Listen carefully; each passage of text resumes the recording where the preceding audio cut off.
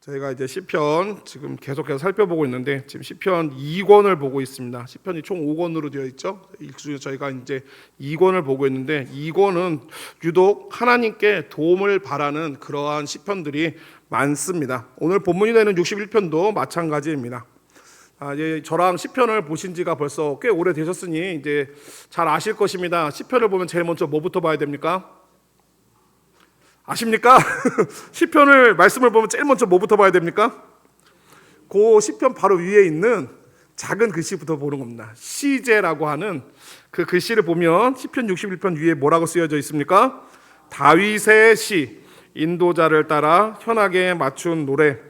그러니까 누가 썼는지 언제 썼는지를 알려주는 정보이기 때문에 시편을 볼 때면 항상 시제부터 보는 것입니다. 다음번에도 여쭤보겠습니다. 시편 61편을 보면은 다윗이 시를 쓴 사람이라고 나옵니다. 쓴 사람은 알겠는데 근데 언제 무슨 사건을 배경으로 썼는지는 기록이 없습니다. 하지만 어떠한 사건을 만났는지는 모르겠지만 시의 내용을 보면 다윗은 지금 매우 위급한 상황에 있고 하나님의 도움을 간절히 바라고 있음을 우리가 느낄 수가 있습니다. 특별히 1절에 보면 다윗이 하나님께 이제 부르짖는다라고 하는데 여기에 나의 부르짖음이라고 한 이 말의 원어적인 의미는 이제 울부짖음입니다. 부르짖음이나 울부짖음이나 큰 차이가 없어 보이지만 이게 들어봤을 때 약간의 의미적인 차이를 느끼실 것입니다. 그냥 부르짖는다라고 하는 말에서는 그러니까 간절함만 이게 느껴진다고 한다면 울부짖다라고 하면 거기에는 그 간절함을 넘어서 뭔가 조금 더 다급하고 절박한 그런 심정까지를 우리가 느낄 수 있지 않을까 합니다. 예를 한번 들어보겠습니다. 어떤 엄마가 아이를 안고 막 부르짖고 있어요. 어떤 아이를 안고 막 부르짖고 있다면 어떤 느낌일 것 같습니까? 이 상황이 어떤 상황처럼 보이십니까? 아이가 다쳤고 엄마가 누군가의 도움을 간절히 바라는 그런 느낌일 겁니다. 그런데 이번에는 이 엄마가 아이를 안고 막 울부짖고 있습니다. 부르짖고 있는 게 아니라 아이를 안고 막 울부짖고 있다면 어떤 느낌일 것 같습니까? 뭔가 이 아이가 앞에보다 좀 더 상황이 안 좋고 뭔가 좀 더 위급하고 그리고 아이를 도울 수 없는 이 상황에서 오는 엄마의 마음의 절망감 그리고 다급함 막 이런 것들이 뒤섞인 그런 느낌이 울부짖음이란 말 속에서 우리가 느낄 수 있을 것입니다. 지금 다윗이 하나님께 나의 울부짖음을 들으소서라고 하는 것은 바로 그런 마음이 들어 있습니다. 위험한 상황을 피하고 싶은 그런 절박함과 동시에 누구도 도와주지 않는 이 현실에 대한 간절함 그리고 절박함, 절망 이런 것들이 뒤섞여 있습니다. 그런 상황이다 보니 다윗이 하나님께 이렇게 합니다. 나의 기도에 유의하소서. 유의하다라는 말은 신경 쓰다 또는 이런 집중해서 들어달라라고 하는 그런 의미로 우리가 볼 수 있겠습니다. 다윗은 하나님께 울부짖으면서 기도에 집중해달라고 절박하게 요청합니다. 그럼 도대체 왜 이렇게 절박한 걸까요? 그가 이렇게 하나님께 울부짖으며 절박하게 매달리는 이유가 2절에 나옵니다. 2절 말씀 내 마음이 약해질 때 땅끝에서부터 주께 부르짖으오리니 나보다 높은 바위에 나를 인도하소서. 그러니까 지금 다윗이 절박하게 하나님을 울부짖는 이유는 그가 땅끝에 서 있기 때문입니다. 땅끝이라고 하는 말은 보통 지리적으로 가장 멀리 떨어진 곳을 말합니다. 예수님께서 제자들에게 이렇게 말씀하지 않았습니까? 오직 성령이 너희에게 임하시면 너희가 권능을 받고 예루살렘과 온 유다와 사마리아와 어디까지요? 땅끝까지 이르러 이렇게 얘기하실 때처럼 이 땅끝이라고 하는 곳은 지금 내가 서 있는 곳부터 가장 멀리 떨어져 있는 곳, 우리로 치면은 아프리카나 아니면 어디 태평양 섬나라처럼 아주 멀리 떨어져 있는 곳을 우리를 보통 땅끝이라고 말하지만 오늘 시편에서 말하는 땅끝은 그런 의미보다는 더 이상 서 있을 자리가 없는 곳, 더 이상 밀려날 수 없는 곳. 그러니까 쉽게 말하면 낭떠러지 벼랑 끝 같은 그런 곳이 그런 상황이 바로 땅끝인 것입니다. 다윗은 지금 땅끝에 있습니다. 그리고 땅끝에 버텨 서서 하나님께 울부짖고 있습니다. 조금만 여기서 더 밀려나면 바로 죽을 것 같은 바로 이 땅끝이라고 하는 상황에서 더 이상 견디림이 없는 거예요. 그러니까 다윗은 주님, 내가 지금 땅끝에 서 있습니다. 그러면서 뭘 원합니까? 나보다 높은 바위로 나를 인도하소서라고 하면서 하나님께 울부짖습니다. 여기서 말하는 바위가 뭘까요? 나보다 높은 바위. 성경을 읽다 보면은 특별히 다윗의 시편에서 바위는 보통 피난처 되시는 하나님을 가리킵니다. 그러니까 다윗이 나보다 높은 바위로 인도해 달라라고 할 말은 나보다 높은 곳에 계시는, 그리고 거기서 자신을 건져 주실 하나님을 바라보면서 하나님이여 나를 높은 곳으로 건져내 주소서라고 하면서 구원을 요청하는 것입니다. 지금 다윗은 땅끝에 겨우 발만 걸치고 있는 상황입니다. 이제 죽을 일밖에 남지는 않았어요. 하지만 다윗은 이 순간에 하나님이여 나를 나보다 높은 바위로 인도하소서라고 하는 이 기도를 하고 있는 것은 내가 여기가 끝이 아니라고 생각하는 것입니다. 땅끝에, 벼랑 끝에 몰려있지만 나는 끝나지 않았다라고 생각합니다. 왜냐하면 나에게는 길이 없지만 땅끝에 서 있는 자기를 거기서부터 들어 올리실 하나님을 믿기 때문입니다. 많은 사람들이 인생에서 땅끝의 상황들을 만납니다. 그리고 땅끝의 상황들을 만나면 거기가 자기의 끝이라고 생각을 합니다. 우리가 종종 뉴스 같은 데 보면 어려운 일을 만나서 스스로 자신의 삶을 마감한 사람들의 이야기를 보게 됩니다. 여러분은 그런 뉴스를 들었을 때 어떤 마음이 드십니까? 보통 이런 생각하지 않으세요? 아유, 죽으려고 하는 그 결심 가지고 차라리 살려고 해보지. 그러면 살 텐데. 그런 생각 들지 않으십니까? 저도 그런 생각이 참 듭니다. 왜 꼭 그래야만 했을까? 하지만 인간적으로 생각해 보면 이해가 안 되는 건 아닙니다. 왜 그들이 그럴 수밖에 없었는지 머리로는 이해가 됩니다. 땅끝에 섰습니다. 벼랑 끝이에요. 자기 뒤로는 길이 전혀 보이지가 않습니다. 이제 남은 거는 여기서 떨어져 죽을 일밖에 없어 보이니까 거기서 더 이상 자기 마음을 붙들지 못하고 마음이 무너져 내린 것입니다. 만약에 자기 뒤에 조금이라도 길이 남아있다면, 아니면 길이 보인다면 어떻게든지 거기에 한 줄기 소망을 걸고 가보려고 할 텐데 뒤를 봐도 길은 전혀 보이지 않고 캄캄한 구덩이만 자기 뒤로 입을 벌리고 있는 것처럼 보이니까 아, 끝났구나. 이제 나는 아무 길도 없고 아무런 소망도 없고 아무런 가능성도 없구나 라고 생각을 하게 되니까 거기서 목숨을 던지는 것입니다. 네, 사랑하는 성도 여러분, 믿는 우리가 항상 기억할 것이 있습니다. 사람에게는 길이 없어도 우리 하나님은 그 길을 만드시는 분이신 줄로 믿습니다. 많은 사람들이 나에게 끝이라면 하나님께도 끝인 줄로 압니다. 내가 실패하면 하나님도 실패한 것으로 착각합니다. 그런데 사람의 끝은 하나님의 끝이 아닙니다. 사람의 끝은 하나님의 시작입니다. 약할 그때가 곧 어떤 때입니까?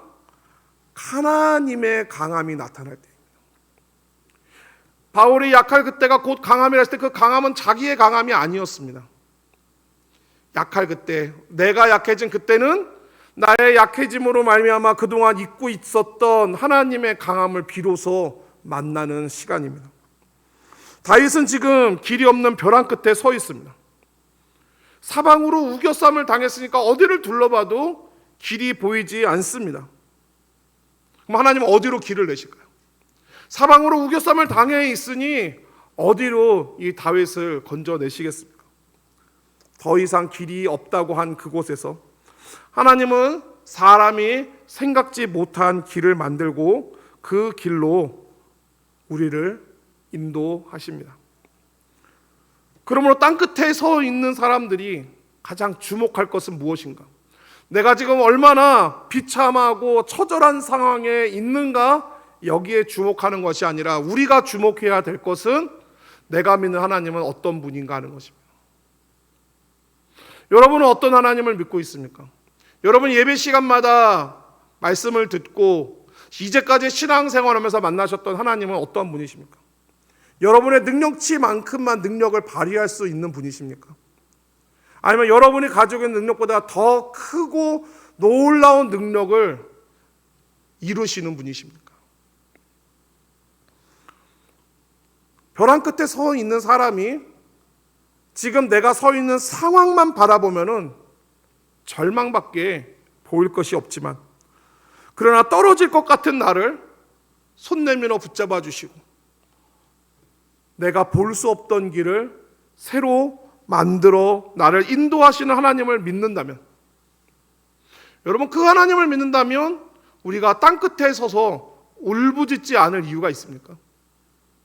내가 울부짖어 하나님께 난 정말 하나님이 필요합니다, 하나님의 도우심과 구원이 간절합니다라고 울부짖을 때 우리가 정말 거기서부터 길을 내셔서 나를 인도하신 하나님 믿는다면 우리가 울부짖지 않을 이유가 없습니다.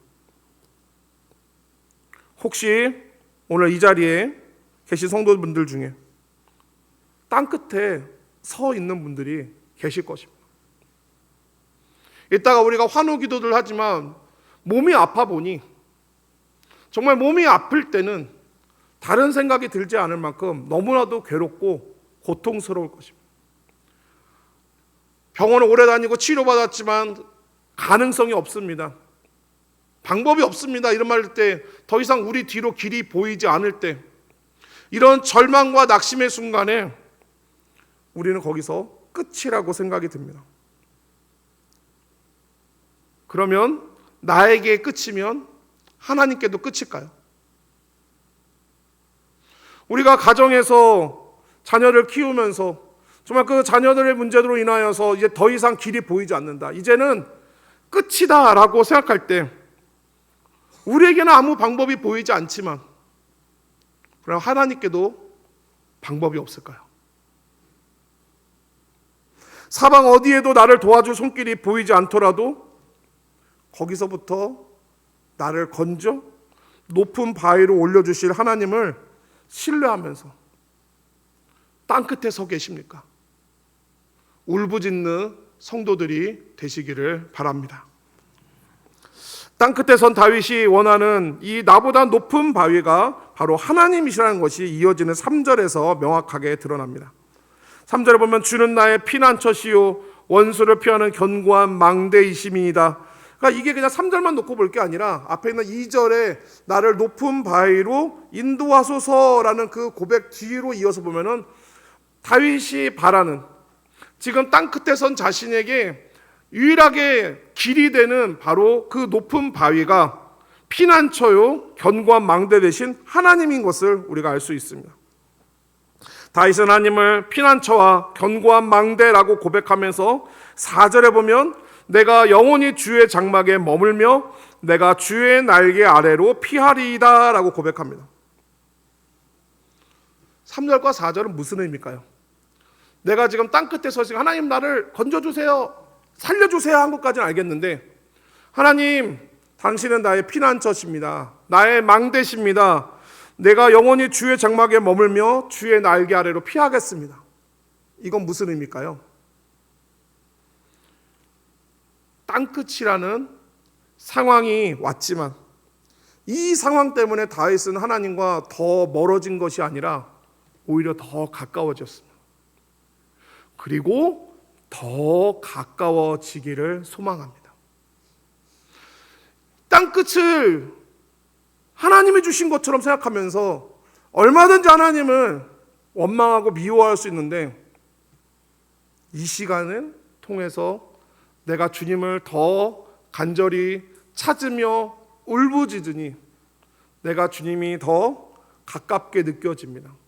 그리고 더 가까워지기 원합니다 하는 것이 다윗의 고백입니다.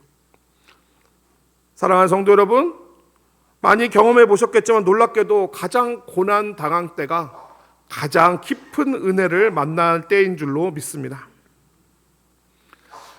제자 훈련을 하거나 또는 아니면 성도분들하고 만나서 종종 이런 질문을 드려봅니다. 언제 하나님을 만나셨습니까? 언제 하나님을 하나님으로 믿게 되셨습니까? 언제 하나님이 살아계시다고 믿게 되었습니까? 라고 질문하면 거의 대부분의 분들은 다 뭐라고 말씀하시면 자기 인생에서 가장 힘든 시간을 지낼 때, 가장 아프고 괴로운 시간을 보낼 때 하나님을 만나고 그분을 경험했다라고 대답하십니다. 우리가 처음 땅끝을 만날 때 그 땅끝의 시간은 우리 마음을 약하게 만드는 절망의 시간이었을 것입니다. 그러나 그 절망 가운데 그래도 옆에서 도와주는 손길들이 있고 또 듣는 말씀에 의지하여서 하나님을 부르짖고 간절히 하나님을 찾는 가운데 내게 찾아오신 하나님을 만나고 나면 놀랍게도 이 땅끝은 우리를 강하게 만드는 은혜와 성장의 장소로 변하게 됩니다. 우리가 살면서 한 번쯤은 다 땅끝을 만납니다. 삶의 깊은 절망과 고통을 겪습니다. 하지만 기억하시기 바랍니다. 땅끝에는 항상 절망만 있는 것은 아닙니다. 뜻밖에도 땅끝은 그 절망의 순간은 우리에게 놀라운 은혜의 장소가 되기도 합니다. 죽음 같고 견디기 힘든 고통 때문에 몸부림치지만 거기서 살기 위해서 하나님을 간절히 찾고 울부짖을 때 놀랍게도 하나님께서는 그 땅끝에서 나를 만나주시고 내게 감당할 수 없는 은혜를 부어주시고 거기서 새 힘과 새 소망을 주셔서 일으켜 주실 때 땅끝은 놀랍게도 우리에게 죽게 만드는 절망의 장소가 아니라 새로운 힘과 하나님의 은혜를 경험하는 은혜의 성소로 변하게 됩니다. 그리고 나서 이 땅끝이 성소로 변한 것을 한번 경험한 사람들은 이제 땅끝을 생각할 때마다 놀라운 힘을 얻습니다. 땅끝에 섰던 시간을 기억하며 뭐가 함께 기억납니까? 살아계신 하나님, 나를 도와주셨던 하나님, 나를 살리셨는 하나님을 경험하고 기억하는 데서 땅끝에 있던 시간은 우리에게 아프고 쓰린 상처가 아니라 오히려 새로운 힘과 소망을 일으켜내는 놀라운 성소의 기능을 하게 됩니다. 다윗이 주의 날개 아래로 피하리이다라고 하는 고백은 바로 거기서 온 것입니다. 내가 주의 날개 아래 들어가 있는 동안 이 땅끝의 시간은 하나님께서 나에게 새로운 힘과 소망으로 일으켜내시는 성소로 바꿔 주실 줄로 믿는 것입니다. 아기새는 어미새 날개 아래서 보호를 받으며 자라갑니다. 어린 새끼의 힘으로는 세상에 거친 풍파를 뚫고 나갈 힘이 없지만 어미의 날개 아래서 보호받는 동안에 아기새는 점점 자라납니다. 그렇게 어미새의 날개 아래서 보호받고 자라는 동안 아기새는 전보다 더 강해져서 이제는 풍파를 뚫고 날아갈 수 있는 존재로 변해가게 되는 것입니다. 사랑하는 성도 여러분, 다윗에게 그리고 우리에게도 땅끝의 시간들이 있습니다. 그 시간을 만날 때 우리가 말할 수 없는 고통과 아픔을 느낍니다. 하지만 그 땅끝에서 그저 나에게 왜 이런 상황이 왔는지만 바라보며 절망과 좌절과 낙심만 느끼는 것이 아니라 우리를 도우시는 하나님을 바라볼 때, 눈을 들어 하나님을 구할 때 우리는 가장 절망스러운 공간에서 가장 깊은 은혜를 경험하고 가장 넘치는 힘과 소망을 얻게 될 줄로 믿습니다. 시편 5편 11절을 이렇게 말씀합니다. 우리 같이 한번 읽겠습니다. 시작. 그러나 주께 피하는 모든 사람은 다 기뻐하며 주의 보호로 말미암아 영원히 기뻐 외치고 주의 이름을 사랑하는 자들은 주를 즐거워하리이다. 아멘. 이게 고난 중에 있는 사람이 할 소리로 보이십니까? 고난 중에 있는 사람이 즐겁고 기뻐 외치는 게 말이 됩니까? 그러나 이 시인이 기쁘고 즐거움이라는 말을 쓸 수 있는 것은 거기에서 우리 그 자리에까지, 우리에게는 끝이라고 생각되는 그 땅 끝에까지 잊지 않고 찾아오신 하나님께서 우리를 보호하시고 우리를 위하여 길을 내시는 분이심을 믿기에, 그 하나님을 신뢰하면서 그 하나님의 도우심을 우리가 믿으면서 기뻐하고 즐거워하는 것입니다. 이 기쁨과 은혜가 땅끝에서 하나님을 바라보며 하나님께로 더 가까이 나가는 우리 모든 성도들에게 있기를 주님의 이름으로 축원합니다. 5절을 보면서 말씀을 마무리하겠습니다. 5절 말씀. 주 하나님이여, 주께서 나의 서원을 들으시고 주의 이름을 경외하는 자가 얻을 기업을 내게 주셨나이다 라고 다윗이 고백합니다. 다윗은 앞서 하나님께 드렸던 이 믿음의 고백을 뭐라고 말하냐면 서원이라고 합니다. 서원은 어떤 겁니까? 하나님께 드리기로 했으면 반드시 드려야 되는 것이 서원입니다. 그런 점에서 성도에게 있어서 믿음의 고백은 서원과도 같습니다. 하나님께 드리겠다고 했으면 반드시 드려야 합니다. 우리가 하나님을 믿겠습니다 했으면 그 믿음에 대한 고백은 우리 인생에 좋은 일이 있을 때만 하나님 좋은 분이, 하나님 믿을 수 있어요 말하는 게 아니라, 우리가 견딜 수 없는 고통과 아픔이 있을 때라도 그때도 변함없이 하나님께 드릴 수 있어야 됩니다. 그것이 서원입니다.